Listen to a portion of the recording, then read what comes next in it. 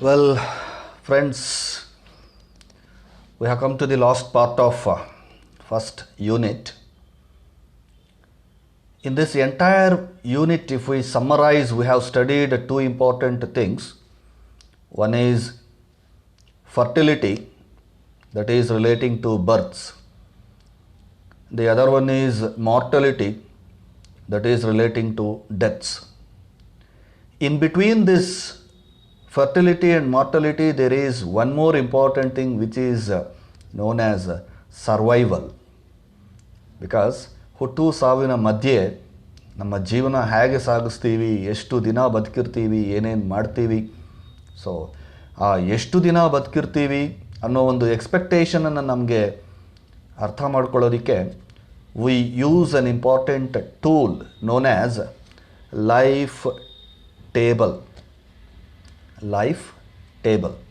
It is a tabular presentation of numerical data describing the mortality experience of a cohort. ಹುಟ್ಟಿದಂತಹ ಮಕ್ಕಳು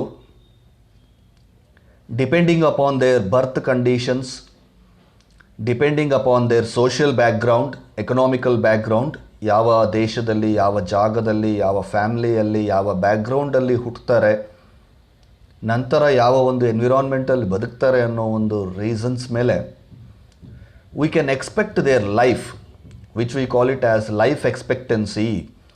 ಎಷ್ಟು ದಿನ ಬದುಕ್ಬೋದು, ಈ ಒಬ್ಬ ವ್ಯಕ್ತಿ ಎಷ್ಟು ವರ್ಷ ಬದುಕ್ಬೋದು, ಹುಟ್ಟಿದ ತಕ್ಷಣವೇ ಡಿಸೈಡ್ ಮಾಡಿಬಿಡ್ತಾರೆ ಇವನು ಆಯುಷು 70 ಇಯರ್ಸಾ, 80 ಇಯರ್ಸಾ, 90 ಇಯರ್ಸಾ. ಅಂದರೆ ಎಕ್ಸಾಕ್ಟಾಗಿ 100% ಅದೇ ರೀತಿ ಬದುಕ್ತಾನೆ ಅಂತ ಹೇಳೋಕ್ಕಾಗಲ್ಲ. But normally, generally it can be predictable.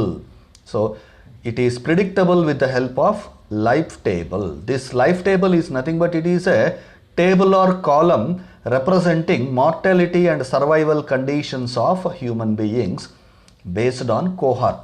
Cohort is a very important term which you have to understand here. Cohort is a group of individuals who are born at the same time and experience same mortality conditions. Cohort ಅನ್ನೋದು it's a group of people. It's a group of individuals who are born at the same time. Like let us say, ಒಂದೇ ತಿಂಗಳಲ್ಲಿ, ಒಂದೇ ವರ್ಷದಲ್ಲಿ ಹುಟ್ಟಿರುವಂತಹ ಮಕ್ಕಳು ಒಂದೇ ರೀತಿಯಾಗಿ ಬೆಳೆಯುವಂತಹ ಒಂದು chances ಇರುತ್ತೆ. ಈಗ ಯಾರೋ 2002 ಅಲ್ಲಿ ಹುಟ್ಟಿರ್ತಾರೆ. 2002 ಅಲ್ಲಿ ಹುಟ್ಟಿರುವಂಥವರು ಅವರೆಲ್ಲರೂ ಆಲ್ಮೋಸ್ಟ್ ಸೇಮ್ ಇಯರಲ್ಲಿ 10th ಕ್ಲಾಸ್ಗೆ ಬರ್ತಾರೆ, ಸೇಮ್ ಇಯರಲ್ಲಿ PUC ಮುಗಿಸ್ತಾರೆ, ಸೇಮ್ ಇಯರಲ್ಲಿ ಡಿಗ್ರಿ ಮುಗಿಸ್ತಾರೆ, ಸೇಮ್ ಇಯರಲ್ಲಿ ಮದುವೆನೂ ಮಾಡ್ಕೊಳ್ಳೋ ಚಾನ್ಸಸ್ ಮೇ ಬಿ, ಗೊತ್ತಿಲ್ಲ. ಕೆಲವರು ಬೇಗ ಮಾಡ್ಕೋಬೋದು, ಕೆಲವರು ಮಾಡ್ಕೊಳ್ದಿರನೇ ಇರ್ಬೋದು. So but normally those individuals who are born at the same time will experience same mortality conditions ಅಲ್ವಾ. ಸೊ ಈ ಒಂದು ಕಂಡೀಷನ್ಸನ್ನೇ ನಾವು ಕೋಹಾರ್ಟ್ ಅಂತೀವಿ. Cohort is nothing but a group. It is a group of people who were born at the same time and who experience same mortality conditions. ಒಂದೇ ಟೈಮಲ್ಲಿ, ಒಂದೇ ತಿಂಗಳಲ್ಲಿ ಅಥವಾ ಒಂದೇ ಸಿಚುವೇಷನಲ್ಲಿ, ಒಂದೇ ಎನ್ವಿರಾನ್ಮೆಂಟಲ್ಲಿ ಹುಟ್ಟಿದಂತಹ ಮಕ್ಕಳು ಒಂದೇ ರೀತಿಯಾದಂತಹ ಆರೋಗ್ಯ ಪರಿಸ್ಥಿತಿಗಳನ್ನು ಎದುರಿಸ್ತಾರೆ, ಒಂದೇ ರೀತಿಯಾದಂತಹ ಜೀವನ ಪರಿಣಾಮಗಳನ್ನು ಎದುರಿಸ್ತಾರೆ ಅಂತ ಹೇಳುವಂಥದ್ದೇ ಈ ಕೋಹಾರ್ಟ್ ಅನ್ನೋದು.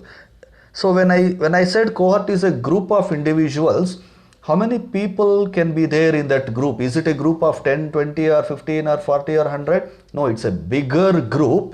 We call that group as radix. Radix is nothing but the size of the cohort. ಈ ಒಂದೇ ಸಲ ಹುಟ್ಟಿದಂತಹ ಮಕ್ಕಳಿಗೆ ಒಂದೇ ರೀತಿಯಾದಂತಹ ಜೀವನ, ಒಂದೇ type of mortality, survival conditions ಇರುತ್ತೆ ಅಂತ ಹೇಳಿದ್ವಲ್ಲ, ಆ ಗ್ರೂಪಿನ ಸೈಜ್ ಎಷ್ಟು ಜನನ ಕನ್ಸಿಡರ್ ಮಾಡ್ತೀವಿ ನಾವು ಆ ಸ್ಟಡಿ ಮಾಡೋದಕ್ಕೆ ಅಂತಂದರೆ generally 1 lakh. It is not fixed. Normally we take 1 lakh. We can take more than 1 lakh also. But normally statisticians while studying about population and survival conditions, they take 1 lakh people as a group of cohort. So ಅದನ್ನೇ ನಾವು radix ಅಂತೀವಿ. So once again, cohort and radix are very, very important. Cohort is a group of individuals who born at the same time and who experience same mortality conditions. Radix is the size of the cohort. It will be generally 1 lakh. Now, Longevity, I was telling you, longevity is the expected number of years that a newborn baby would live. ಏನು longevity ಅಂದರೆ ಒಂದು ಹೊಸದಾಗಿ ಜನನ ಪಡ್ಕೊಂಡಂತಹ ಒಂದು ಮಗು ಎಷ್ಟು ವರ್ಷ ಬದುಕ್ಬೋದು? 70, 80, 85, 90, 60 ಗೊತ್ತಿಲ್ಲ. ಸೊ ಆ ಲಾಂಗಿವಿಟಿಯನ್ನು ಕ್ಯಾಲ್ಕುಲೇಟ್ ಮಾಡ್ತೀವಿ ನಾವು ಬೇಸ್ಡ್ ಆನ್ ಸೈಂಟಿಫಿಕ್ ಕಂಡೀಷನ್ಸ್. ಅವರ ಒಂದು ಆರೋಗ್ಯ ಪರಿಸ್ಥಿತಿ, ಎಕನಾಮಿಕ್ ಬ್ಯಾಕ್ಗ್ರೌಂಡ್ ಎಲ್ಲ ದೃಷ್ಟಿಯಲ್ಲಿ ಇಟ್ಕೊಂಡು normally we can say life expectancy in our country is like people will live up to 72 years or 80 years. ಅಮೆರಿಕಾದಲ್ಲಿ ಲೈಫ್ ಎಕ್ಸ್ಪೆಕ್ಟೆನ್ಸಿ ಕಡಿಮೆ ಇದೆ, ಇಂಡಿಯಾದಲ್ಲಿ ಜಾಸ್ತಿ ಇದೆ, ಜಪಾನಲ್ಲಿ ಇನ್ನೂ ಜಾಸ್ತಿ ಇದೆ. ಪೀಪಲ್ ತುಂಬ ವರ್ಷ ಬದುಕಿರ್ತಾರೆ, ನಮ್ಮಲ್ಲಿ ಬೇಗ ಸಾಯ್ತಾರೆ. Depends upon our food habits, our pollution levels, our kind of work, our kind of life style and all these things. So it is nothing but expected number of years. Longevity is nothing but, what is longevity? Expected number of years that a newborn baby would live. Now proceed further to study uses of life table. And here the life table is a numerical table which represents the mortality conditions of people born at the same time, ಅಂದರೆ cohort. ಇದರಿಂದ ಏನು ಪ್ರಯೋಜನ? Life ಟೇಬಲಿಂದ ಪ್ರಯೋಜನ ಏನು? Uses ಏನು? Life tables are used by LIC companies, life insurance companies, to determine the rates of premium for policies of persons of different ages. ನೀವೇನಾದರೂ LIC ಪಾಲಿಸೀಸನ್ನು ಮಾಡಿಸ್ಕೊಂಡಿದ್ದರೆ ನಾವು ಅದಕ್ಕೆ ಪ್ರೀಮಿಯಂ ಅಂತ ಹೇಳಿ ಕಟ್ತೀವಿ. Monthly, once in 3 months, 6 months or yearly, depending upon the sum assured. That premium payment will be different for different people. If a young person of 20-25 years goes to a company and he purchases a life insurance policy, the company will ask him to pay less premium. Suppose if a 45 years or 50 years person will go to the same company and ask to purchase LIC, the premium will be higher.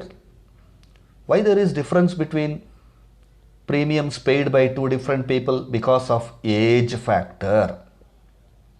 ಒಂದು 25 ವರ್ಷದ ಯುವಕ ಅಂತಂದರೆ energetic ಆಗಿರ್ತಾನೆ, ಇನ್ನೂ ಅವನು ಸಂಪಾದನೆ ಮಾಡುವಂಥ talent ಇರುತ್ತೆ, ಅವನು ಬದುಕುವಂಥ ಕಾಲ ಜಾಸ್ತಿ ಇರುತ್ತೆ, ಸೊ ಜಾಸ್ತಿ ದಿನ ಬದುಕ್ತಾನೆ ಅನ್ನುವಂಥ ಒಂದು ಗ್ಯಾರಂಟಿ. ಅದೇ ಒಂದು 60-70 years ಓಲ್ಡ್ ಮ್ಯಾನ್ ಆದರೆ ದೇರ್ ಈಸ್ ನೋ ಗ್ಯಾರಂಟಿ, ಯಾವಾಗ ಬೇಕಾದ್ರೂ ಸಾಯ್ಬೋದು ಅವರು. ಆಲ್ರೆಡಿ ಶುಗರು, ಕಾಯಿಲೆ, ಇನ್ನೊಂದು ಮತ್ತೊಂದು ಬಂದಿರ್ಬೋದಲ್ವ ಅವ್ರಿಗೆ. ಸೊ ಹಾಗಾಗಿ ಅವ್ರ ಹತ್ರ ರಿಸ್ಕ್ ಜಾಸ್ತಿ ಇರುತ್ತೆ. ಈ ಒಂದು ರಿಸ್ಕ್ ಅಸೆಸ್ಮೆಂಟ್ಗೋಸ್ಕರ ನಾವು ಲೈಫ್ ಟೇಬಲನ್ನು ಯೂಸ್ ಮಾಡ್ತೀವಿ. That is one of the use of life table. Next, it is used for measurement of growth of population. See, our country's population was 35 crores in 1947 when we got our freedom. You know what is our current population? More than 130 crores. We are standing in the second position in the world after China. Maybe in another few years we are going to beat China in the population and we will become the number one country in population also. How do we measure the growth? You know, they have already expected that within 2025 we are going to become first highest populated country in the world. So 25ಗೆ ಆಗುತ್ತೆ ಅನ್ನೋದು ಅವ್ರಿಗೆ ಹೇಗೆ ಗೊತ್ತಾಗುತ್ತೆ? They expect that, they measure that by using life table. So life table is used for computation of growth of population. ವರ್ಷಕ್ಕೆ ಎಷ್ಟು growth ಆಗುತ್ತೆ, ಎಷ್ಟು ಜನ ಜಾಸ್ತಿ ಆಗ್ತಾರೆ, ಸೊ ನಮ್ಮ ಪಾಪ್ಯುಲೇಷನ್ ಆಫ್ಟರ್ 10 years ಎಷ್ಟಾಗುತ್ತೆ, 20 years ಎಷ್ಟಾಗುತ್ತೆ ಅನ್ನೋ ಗ್ರೋತನ್ನು ತೋರಿಸೋದಕ್ಕೆ, ಸ್ಟಡಿ ಮಾಡೋದಕ್ಕೆ ಲೈಫ್ ಟೇಬಲ್ ಯೂಸ್ ಆಗುತ್ತೆ. It is used for estimating future population. ಈಗ 2030ಯಲ್ಲಿ ನಮ್ಮ ದೇಶದ ಪಾಪ್ಯುಲೇಷನ್ ಎಷ್ಟಿರ್ಬೋದು, 40ಯಲ್ಲಿ ಎಷ್ಟಿರ್ಬೋದು. To predict the population, to estimate the population, life table is very much used. Used by government and private organizations in planning. What the government will do? It will plan the economic development of our country. how many hospitals are needed, how many doctors are needed, how much healthcare facilities is needed, how much insurance is needed. So to take the policy related decisions, government uses life table. ಈಗ ನೋಡಿ, ನಿಮಗೆ government job ಹೋಲ್ಡರ್ಸ್ಗೆಲ್ಲ 60 ಇಯರ್ಸ್ಗೆ retirement ಕೊಡ್ತಾರೆ. ಯಾಕೆ 70ಗೆ ಕೊಡ್ಬೋದಲ್ಲ, 80ಗೆ ಕೊಡ್ಬೋದಲ್ಲ, 100ವರೆಗೂ ಇಟ್ಕೋಬೋದಲ್ಲ. 100ವರೆಗೂ ಇಟ್ಕೊಂಡ್ರೆ ಅವ್ನು ಕೆಲಸ ಮಾಡಲ್ಲ. So depending upon the conditions of life expectancy, they will decide ಒಬ್ಬ ವ್ಯಕ್ತಿ ಯಾವ ಏಜ್ವರೆಗೂ ಕೆಲಸ ಮಾಡ್ಬೋದು, ಎಲ್ಲಿಗೆ ಅವನ್ನ ರಿಟೈರ್ ಮಾಡಿಸ್ಬೇಕು, ಯಾವ ಏಜಲ್ಲಿ ಅವನ ಕೈಲಿ ಕೆಲಸ ಮಾಡೋಕ್ಕಾಗೋದಿಲ್ಲ. So all these decisions will be taken based on the information in life table. It is also used for effects of mortality conditions. ಯಾವ ದೇಶದಲ್ಲಿ ಡೆತ್ ಜಾಸ್ತಿ ಇದೆ, ಡೆತ್ ಯಾವ ಕಮ್ಯುನಿಟಿ ಆಫ್ ಪೀಪಲಲ್ಲಿ ಜಾಸ್ತಿ ಇದೆ, ಓಲ್ಡ್ ಏಜ್ ಪೀಪಲಲ್ಲಿ ಜಾಸ್ತಿ ಇದೆಯಾ, ಮಕ್ಕಳಲ್ಲಿ ಜಾಸ್ತಿ ಇದೆಯಾ, ಹೇಗೆ ಇದು ಚೇಂಜ್ ಆಗ್ತಿರುತ್ತೆ ಈ mortality from place to place. ಕೆಲವು ಪ್ಲೇಸಲ್ಲಿ ಹುಟ್ಟಿರುವಂಥವರು ಜಾಸ್ತಿ ವರ್ಷ ಬದುಕೋದಿಲ್ಲ, ಕೆಲವು ರೀಜಿಯನ್ಸಲ್ಲಿ ಜಾಸ್ತಿ ಬದುಕ್ತಾರೆ because of the water, climate, weather, heat, food available their life style habits and many other things. So to understand all these things, life table is a very perfect tool. I hope you understood what is a life table. We'll close this here.